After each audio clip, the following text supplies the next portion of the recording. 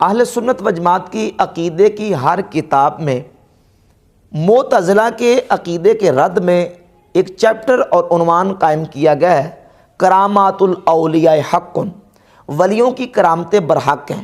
معتزلہ کرامتوں کے منکر ہیں، کرامتوں سے چڑھتے ہیں۔ جب اولیاء اللہ کی کرامات کا بیان کیا جاتا ہے تو معتزلہ کرامتوں کا انکار کرتے ہیں، جبکہ اہل سنت و جماعت شروع سے سلفاً خلفاً قرآن و سنت سے جو اولیاء اللہ کی کرامات کا ثبوت ہے تو اس طریقے سے ہم کرامتوں کو مانتے ہیں۔ ہمارے عقیدے کی تقریباً ہر کتاب میں یہ عنوان قائم ہے۔ اب دور نہ جائے، چھوٹا سا رسالہ ہے العقیدۃ الطحاویہ، یہ امام طحاوی رحمۃ اللہ کا عقیدے کے موضوع پر رسالہ ہے۔ اس میں بھی انہوں نے بالکل واضح طور پر امام اعظم ابو حنیفہ رحمۃ اللہ اور اہل سنت کا جو کرامات کے حوالے سے نظریہ بیان کیا، صفحہ نمبر 79 پہ لکھتے ہیں وَنُؤْمِنُ بِمَا جَاءَ مِن کراماتِهِمْ، کہ جو اولیاء اللہ کی کرامات آئی ہیں ہم ان پر ایمان رکھتے ہیں۔ وَصَحَّ عَنِ الثِّقَاتِ مِن رِوَایَاتِهِمْ، ہم یعنی اولیاء اللہ کی کرامات کو دل و جان سے تسلیم کرتے ہیں، ان پر ایمان رکھتے ہیں۔ یہ امام بہقی رحمۃ اللہ علیہ کی کتاب ہے، کتاب الاعتقاد، اہل سنت کے عقائد و نظریات پہ۔ اس کے صفحہ نمبر 371 پہ انہوں نے ایک باب قائم کیا، باب القول فی کرامات الاولیاء، اولیاء اللہ کی کرامات کے بارے میں پورا عنوان، اور پھر قرآن پاک اور احادیث طیبات سے کرامات کے حوالے سے بیان کیا۔ یہ حضور سیدنا غوث پاک شیخ عبد القادر جیلانی رحمۃ اللہ کی کتاب ہے، غنیۃ الطالبین۔ اس کے صفحہ نمبر 164 پہ پہلی جلد کے لکھتے ہیں وَأَجْمَعُوا عَلَى تَسْلِيمِ الْمُعْجِزَاتِ لِلْأَنْبِيَاءِ وَالْكَرَامَاتِ لِلْأَوْلِيَاءِ، کہ اہل سنت اس بات پر متفق ہیں، اجماع ہے اہل سنت کا کہ نبیوں سے معجزات، انبیاء علیہم الصلوات و تسلیمات جو ہیں ان کے معجزات کو اہل سنت تسلیم کرتے ہیں، والکرامات للاولیاء، اور اولیاء اللہ کی کرامتوں کو تسلیم کرتے ہیں۔ یہ امام ہبۃ اللہ لالکائی کی کتاب ہے شرح اصول اعتقاد اہل سنہ، جس کی جلد نمبر 2 کی جو جز نمبر 9 ہے، الجزء التاسع، پورے کا پورا مکمل یہ جز جو ہے نا، انہوں نے کرامات اولیاء پر، اولیاء اللہ کی کرامتوں پر پورا ایک جز قائم کیا، یعنی پورا ایک حصہ، الجزء التاسع، کرامات و اولیاء اللہ عز و جل، اللہ کے ولیوں کی کرامات بیان کی ہیں۔ تو یہ کرامات اہل سنت و جماعت کا نظریہ اور عقیدہ ہے۔ اب چونکہ جن لوگوں کے عقائد و نظریات میں معتزلہ کے جراثیم ہیں، ان کو ولیوں کی کرامتیں ہضم نہیں ہوتی، اور پھر طارق جمیل صاحب کہتے ہیں یہ انہوں نے جھوٹی کرامتیں گڑھی ہوئی ہیں، اور شیخ عبد القادر جیلانی کا بڑا مقام ہے لیکن ان کے بارے میں انہوں نے جھوٹی کرامتیں گڑھی ہوئی ہیں۔ حالانکہ آپ سیدنا شیخ عبد القادر جیلانی رحمۃ اللہ علیہ کی سیرت اور سوانح پر کتابیں اٹھا کے دیکھیں، محدثین نے اس بات کو، اپنے بیگانوں نے، بلکہ وہ لوگ جن کی تصوف اور صوفیہ سے مجانبت ہے، وہ اجنبیت رکھتے ہیں، انہوں نے بھی اس بات کو تسلیم کیا کہ شیخ عبد القادر جیلانی رحمۃ اللہ کی ذات گرامی قدر کو اللہ تعالیٰ نے اتنی کرامات عطا فرمائی ہیں کہ ان کی کرامتیں تواتر سے ثابت ہیں، تواتر سے ثابت ہیں۔ اب تواتر کس کو کہتے ہیں یہ آپ سمجھیں ذرا۔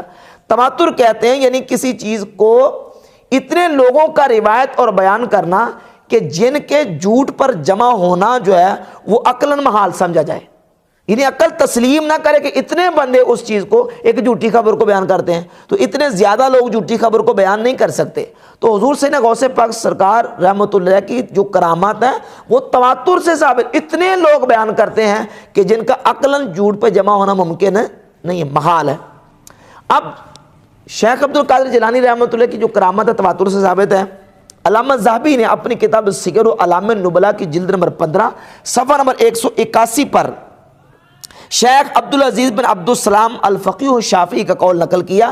وہ فرماتے ہیں ما نقلت الینا کرامات احد بالتواتر الا الشیخ عبد القادر، کہتے ہیں کسی ولی کی اتنی کرامات ہم تک تواتر سے نہیں پہنچی جتنی شیخ عبد القادر جیلانی رحمۃ اللہ کی کرامتیں ہم تک تواتر سے پہنچی، یعنی ان کی کرامات تواتر سے ثابت ہیں۔ اتنی کرامات ہیں ان کی کہ جتنے لوگ ان کرامات کو بیان کرتے ہیں ان کا جھوٹ پہ جمع ہونا محال ہے، ناممکن ہے، ہو ہی نہیں سکتا۔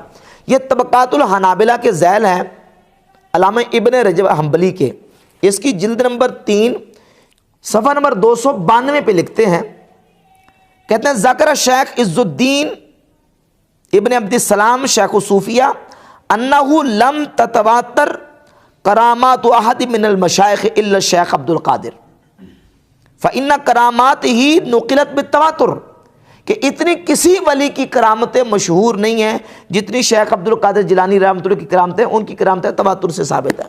تو شیخ عبد القادر جیلانی رحمۃ اللہ غوث پاک سرکار کی کرامات تواتر سے ثابت ہے، جن کو طارق جمیل صاحب کہتے ہیں کہ یہ ہم ہندی جو نا وہ معاشرت سے متاثر ہیں، یعنی یہ جو کرامتیں ہیں یہ ہندی لوگوں نے لکھی ہیں۔ شیخ عبد القادر جیلانی رحمۃ اللہ کی سیرت پر، ان کی کرامات پر جتنی کتابیں آپ اٹھا کے دیکھیں، جو ماخذ کتابیں ہیں وہ ساری کی ساری عربی میں ہیں۔ مین جو مرکزی کتاب ہے بہجت الاسرار امام شتروفی رحمۃ اللہ کی، وہ کتاب بھی عربی میں ہے، اور وہ عرب کے رہنے والے تھے۔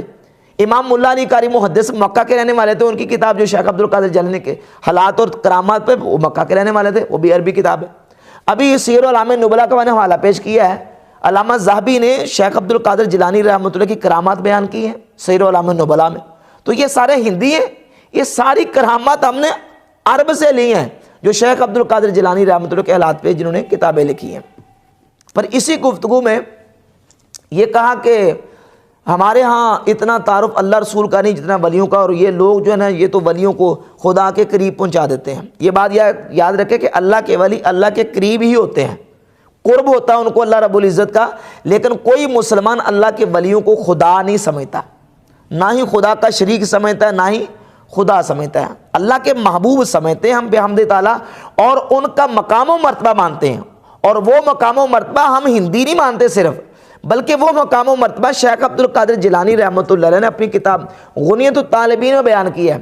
یہ جو میں بیان کرنے لگا ہوں، یہ بات ان لوگوں کے سامنے رکھ دیں تو یہ شرک سے نیچے فتویٰ نہیں داغیں گے، بلکہ وہ ایک غیر مقلد عالم ہے مبشر لاہوری، اس نے جب غنیت الطالبین کا ترجمہ کیا تو اسی پہرے پہ آ کے لکھتا ہے کہ یہ جو عبارت ہے نا شیخ عبد القادر جیلانی کی جو میں پڑھنے لگا ہوں، کہتا ہے کہ یہ عبارت جو ہے نا وہ ایسی شرکیہ ہے کہ اس کی کوئی ایسی توجیہ نہیں ہو سکتی کہ جس سے اس کی شرکیہ میزش کو بآسانی دور کیا جا سکے۔ یعنی اس نے کہا کہ یہ عبارت شرکی ہے، اور وہ عبارت کیا ہے؟ شیخ عبد القادر جیلانی غوث پاک سرکار ولیوں کا مقام بیان کرتے ہوئے لکھتے ہیں کہ اولیاء اللہ وہ ہیں کہ جن کی شان اور مقام یہ ہے فَجَعَلَهُمْ لَهَا أَوْتَادًا كَالْجِبَالِ، کہ جن کو اللہ تعالیٰ نے زمین پر جس طرح پہاڑ ہوتے ہیں اس طرح ان کو میخیں بنا دیا ہے۔ فَصَارَتِ الْأَرْضُ بِهِمْ لِمَنْ عَلَيْهَا كَالْمِهَادِ، تو زمین ان کی برکت سے زمین کے رہنے والوں کے لیے بچھونے کی طرح ہو گئی۔ فَهُمُ الْأَرْبَعُونَ الْأَخْيَارُ مِنَ الْأَبْدَالِ، اور وہ 40 ابدال ہیں الْمُنَزِّهُونَ الرَّبَّ عَنِ الشُّرَكَاءِ وَالْأَنْدَادِ، جو اللہ رب العزت کی اس کے شریکوں سے پاکی بیان کرتے ہیں۔ وَمَلُوكٌ فِي الدُّنْيَا، یہ اولیاء اللہ دنیا کے بادشاہ ہیں۔ وَشُفَعَاءُ الْأَنَامِ يَوْمَ التَّنَادِ، اور قیامت کے دن مخلوق خدا کے شفیع ہوں گے۔ اِذْ خَلَقَهُمْ رَبِّي مَصْلِحَةً لِلْعَالَمِ، ان کو اللہ نے کائنات کی مصلحت کے لیے پیدا کیا، وَرَحْمَةً لِلْعِبَادِ، اور بندوں پر رحمت کے لیے پیدا فرمایا۔ یہ وہ ذوات طیبات ہیں اولیاء اللہ جن کا مقام یہ ہے۔ اب یہ طارق جمیل صاحب کو اگر قبول نہ ہو تو نہ ہو، لیکن شیخ عبد القادر جیلانی کا ان کا عقیدہ سنیے۔ یہ فتوح الغیب ہے، فتوح الغیب کے صفحہ نمبر 65 پر لکھتے ہیں کہ ولی کا مقام یہ ہے یُرَدُّ إِلَيْكَ التَّكْوِينُ وَخَرْقُ الْعَادَاتِ الَّتِي هِيَ مِنْ قَبِيلِ الْقُدْرَةِ۔ غوث پاک سرکار فرماتے ہیں کہ جب تو اللہ کا ولی بن جائے گا پھر تکوین تیری طرف اور خرق عادات چیزیں لٹائی جائیں گی، الَّتِي هِيَ مِنْ قَبِيلِ الْقُدْرَةِ، جو قدرت کے قبیل سے ہوں گی، الَّتِي تَكُونُ لِلْمُؤْمِنِينَ فِي الْجَنَّةِ، وہ قدرت تجھے دی جائے گی جو مومنوں کو اللہ جنت میں عطا فرمائے گا۔ فَتَكُونُ فِي هَذِهِ الْحَالَةِ كَأَنَّكَ أُحْيِيتَ بَعْدَ الْمَوْتِ فِي الْآخِرَةِ، تو اس حالت میں تو اس طرح ہو جائے گا جس طرح کہ مومن مرنے کے بعد آخرت میں ہوگا، یعنی جنت میں۔ فَتَكُونُ كُلِّيَّتُكَ قُدْرَةً، فرماتے تو کل کا کل قدرت بن جائے گا۔ تسمع باللہ وتنطق باللہ وتبصر باللہ وتبطش باللہ وتسعى باللہ وتعقل باللہ، پھر تو اللہ کے ساتھ سنے گا، اللہ کے ساتھ کلام کرے گا، اللہ کے ساتھ دیکھے گا، اللہ کے ساتھ پکڑے گا، اور اللہ کے ساتھ تو چلے گا، وتعقل باللہ، اور اللہ کی دی طاقت سے تو سمجھے گا، وتطمئن وتسکن باللہ، تو یہ ساری شانیں اور طاقتیں اللہ رب العزت جل شانہ جب عطا کرے گا۔ تو صفحہ نمبر 35 پر لکھتے ہیں، آپ فرماتے ہیں کہ اللہ فرماتا ہے یبن آدم، اے ابن آدم، انا اللہ الذی لا الہ الا انا، میں الہ ہوں، میرے علاوہ کوئی الہ نہیں ہے۔ اقول لشیء کن فیکون، میں کسی شے کو کہتا ہوں ہو جا تو وہ ہو جاتی ہے۔ اطیعنی، تو بھی میری اطاعت کر، اجعلک تقول لشیء کن فیکون، میں تجھے بھی بنا دوں گا کہ تو کسی شے کو کن کہے گا تو وہ ہو جائے گی۔ یہ کس کو مقام دے گا اللہ؟ ولی کو۔ کہتے ہیں یہ ولیوں کو خدا کے قریب کر دیا، وہ قریب تو پہلے ہی ہیں قرب کے اعتبار سے، لیکن ہم نے ان کو شریک نہیں کیا۔ وہ تو اللہ کی پاکی بیان کرتے ہیں اس کے شریکوں سے، باقی ان کو اللہ نے جو مقام دیا ہے، وہ شیخ عبد القادر جیلانی غوث پاک کی زبانی سنیے، وہ فرماتے ہیں کہ ان کو اللہ یہ مقام دیتا ہے ولیوں کو کہ ان کو کن کا مقام دیتا ہے، ان کو کل قدرت بنا دیتا ہے، جب وہ کسی شے کو کن کہتے تو ہو جاتی ہے۔ اب طارق جمیل صاحب مذاق اڑاتے وہ کہتے ہیں جی شیخ عبد القادر جیلانی سجے پاسے سلام پھیر دیتے حافظ بنا دیندے، بائیں طرف سلام پھیرتے تو جناب وہ ناظرہ پڑھنے والے، کہتے ہیں کہ میرے نبی سے بڑھ کر ہے جیلانی کی نظر، میرے نبی نے تو ایسا نہیں کیا۔ حالانکہ یہ بات بالکل جو ہے وہ عقل کے خلاف ہے، اور یہ بالکل شریعت کے اصولوں قاعدوں کے خلاف ہے۔ یہ قاعدہ ہی نہیں ہے کہ جو کسی ولی کی کرامت ہو نبی سے معجزتاً بھی اس کا صادر ہونا ضروری ہو، یہ کوئی قانون ہی نہیں ہے، نہ کوئی شریعت کا اصول ہے۔ ایسی بیسیوں کرامات موجود ہیں جو اولیاء اللہ سے صادر ہوئی ہیں، لیکن انبیاء علیہم الصلوۃ والتسلیمات سے وہ معجزتاً ان کا صادر ہونا وہ ثابت نہیں ہے۔ جتنی کرامات قرآن مجید سے احادیث طیبہ سے آپ اٹھا کے دیکھ لیں، کیا ان کرامات کا نبی علیہ الصلوۃ والسلام سے ظاہر ہونا اور صادر ہونا ضروری ہے؟ سیدہ مریم رضی اللہ تعالیٰ عنہ کی کرامت بیان کی قرآن نے کہ ان کے سامنے بے موسم پھل آ گئے، کھانے کی ضرورت پیش ہے، بے موسم پھل ان کے سامنے آ گئے، اب یہ ان کی کرامت ہے۔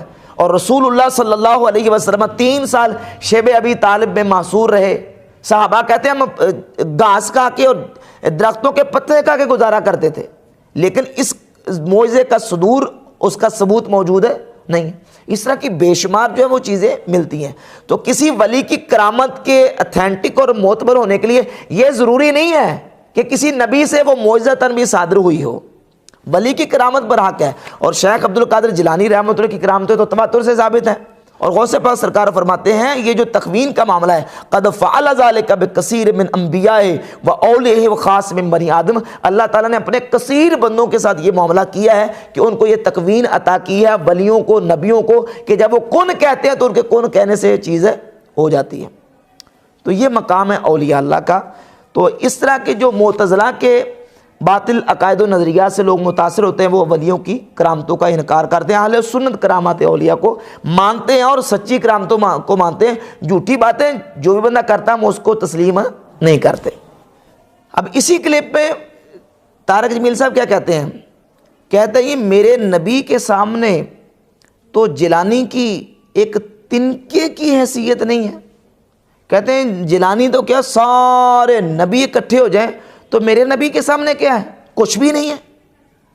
اب یہ دیکھیں یہ جو انداز ہے، کیا یہ انداز قرآن و سنت اور شریعت اسلامیہ کی تعلیمات کے مطابق ہے؟ نبی کریم علیہ الصلوۃ والسلام کی شان بیان کرنا اور حضور کی عظمت بیان کرتے ہوئے یہ کہنا کہ کسی نبی کی کوئی حیثیت نہیں ہے، انبیاء کی حیثیت اور ان کی عظمت کو بالکل پس پشت ڈال دینا، یہ اسلامی تعلیمات کے مطابق نہیں ہے۔